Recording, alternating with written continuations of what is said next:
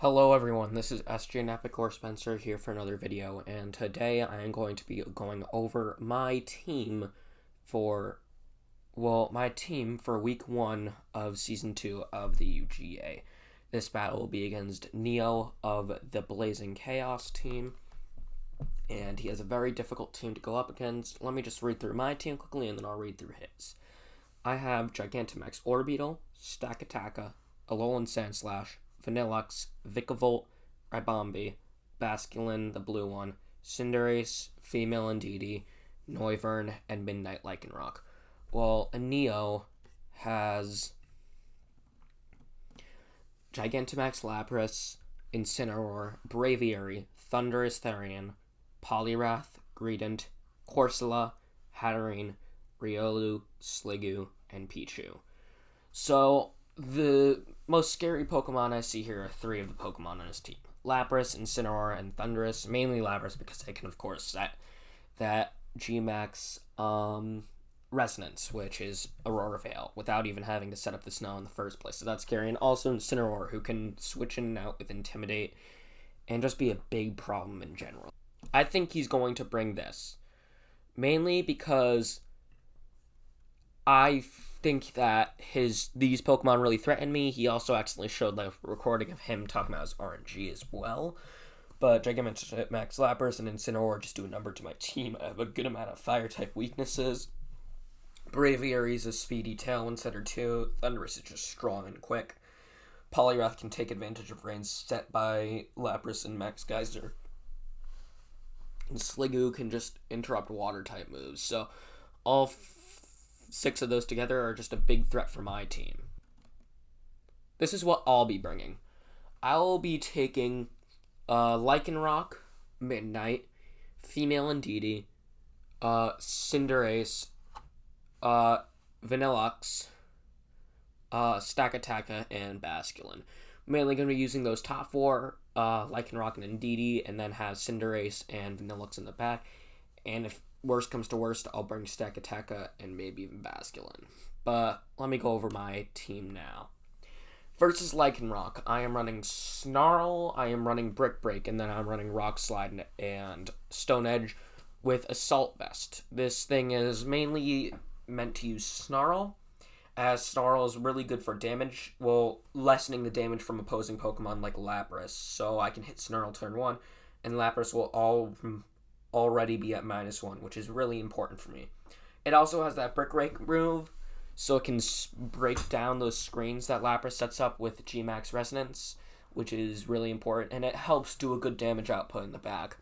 It has no guard as its ability, so it always hits that Rock Slide and always hits that Stone Edge in exchange for always getting hit by moves.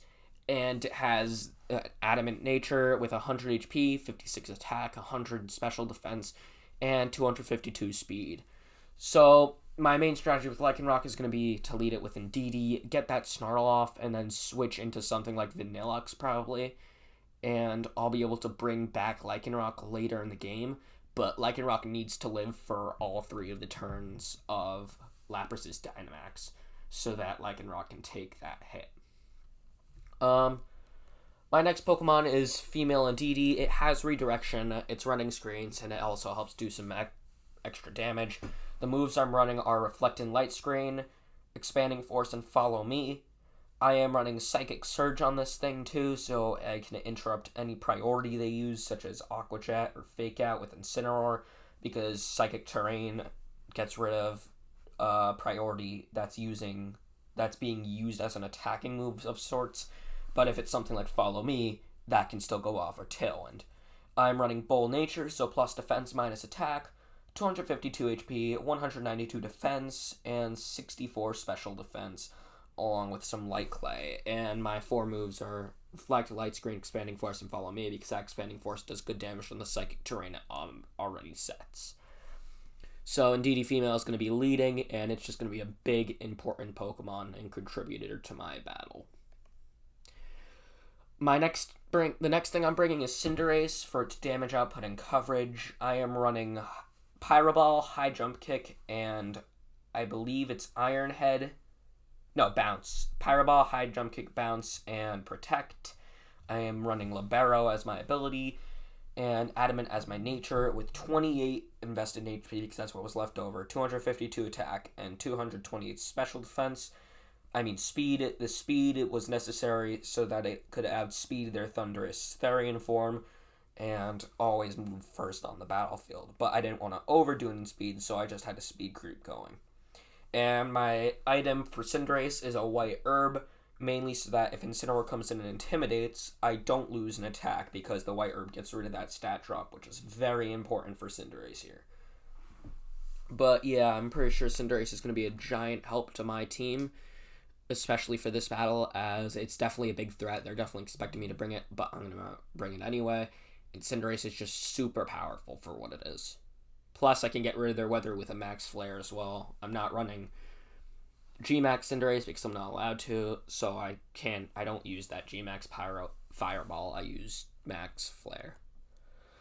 Up next was Vanillux. Fun fact, as I was breeding and preparing, the 10th egg I hatched, the last egg was shiny Vanillite, so I thought that was really funny. For Vanillux, it's mainly helps reduce damage more, it gets rid of that rain weather, and it can spam Blizzard to freeze. But the moves I'm running are Blizzard and Freeze Dry. Freeze Dry for that Lapras, I believe, and Poliwrath. And I'm also running Aurora Veil so that it sets its own snow, and then it can set up Aurora Veil as well, which is basically both screens in one. And I'm also running, I believe, just Protect, as to be able to last out if they for some reason want to set Trick Room as well. The ability on Vanillux is obviously Snow Warning. That's probably the best ability it can get. I'm running Timid Nature, 180 speed, 252 defense, and 76 special attack, so it can outspeed, I believe it's Braviary. I'm not sure which is faster, but I'm pretty sure Vanillux is faster than Braviary. I know it's running 180 speed to outspeed a lot of other stuff, though, and speed creep. And I'm also running Oka Berry on it so that I can reduce that damage from Incineroar and Vanillux and live a hit, which is pretty important for Vanillux because Vanillux needs to be able to live a hit and then get that damage output as well. But I see Vanillux being a big help in this battle, as most of their Pokemon, well, a bunch of them do resist the ones that don't take a lot of damage from Vanillux, so Vanillux is just a really powerful helper in this battle. Up next are the last two Pokemon I'm not always going to bring, one of which is Stakataka. I'm going to bring it to the battle, but I'm probably not going to use it, because Stakataka is a wall and a sweeper. I'm running Rock Slide, Gyro Ball, Body Press, and Trick Room.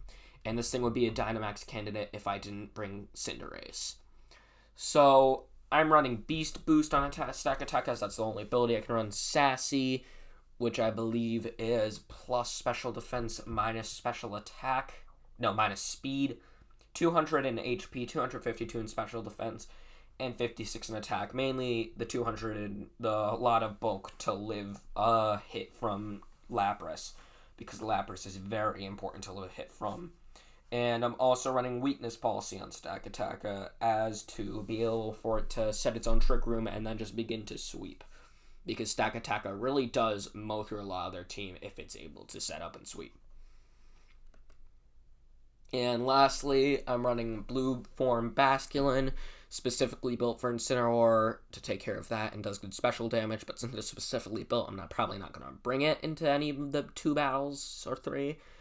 I'm running the ability Adaptability. I'm running moves Hydro Pump, Scald, Protect and Icy Wind as a supporter, kinda.